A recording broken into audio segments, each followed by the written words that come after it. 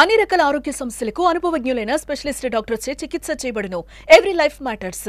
Maurya hospitals. Kurnool జిల్లా ఆస్పరి మండలం చిగిలి గ్రామంలో విషాద ఛాయలు. 6 మంది విద్యార్థులని బలికొన్న నీటి కుంట. చిగిలి గ్రామంలో కన్నీటి పర్వతమైన 6 కుటుంబాలు.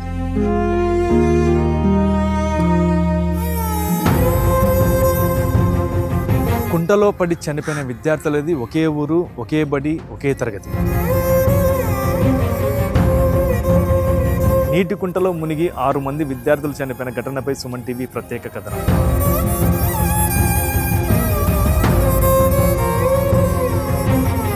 కర్నూలు జిల్లా ఆస్పరి మండలం చిగిలి గ్రామంలో 6 మంది విద్యార్థులు కుంటలో పడి చనిపోవడం ఘటన అయితే మనకు తెలిసిందే.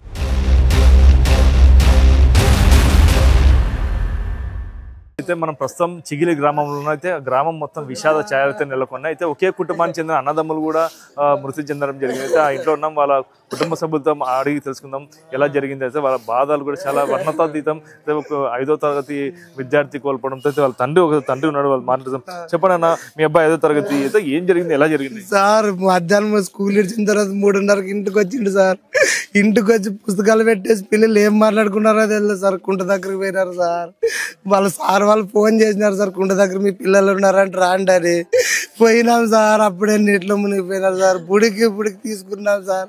తీసుకున్న తర్వాత నా కొడుకు బతుకుతాడని ఆశకి హాస్పిటల్కి తీసుకోపోతే సార్, హాస్పిటల్ తీసిపోయినా బతకలేదు సార్ నా కొడుకు సార్.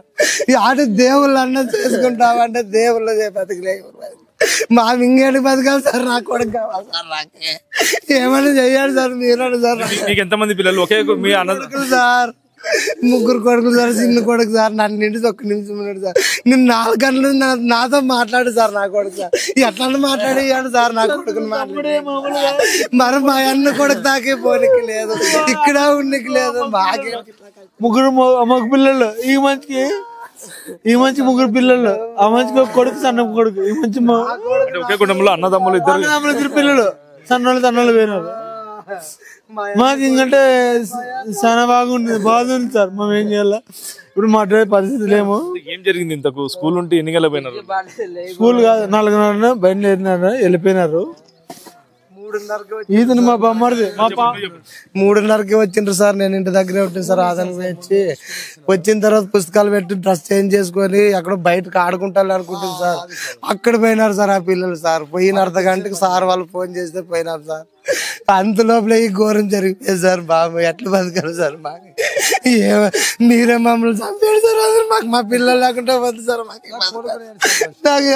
నాకు సార్ మా పిల్లలు నన్ను బతికేడు సార్. ఎవరన్నారు సార్? ఏడన్నతో చెప్పాడు సార్. ఎవరన్నా సామాన్లు అడగాడు సార్. నాకు మా బతుకం సార్, మాకు వద్దు సార్.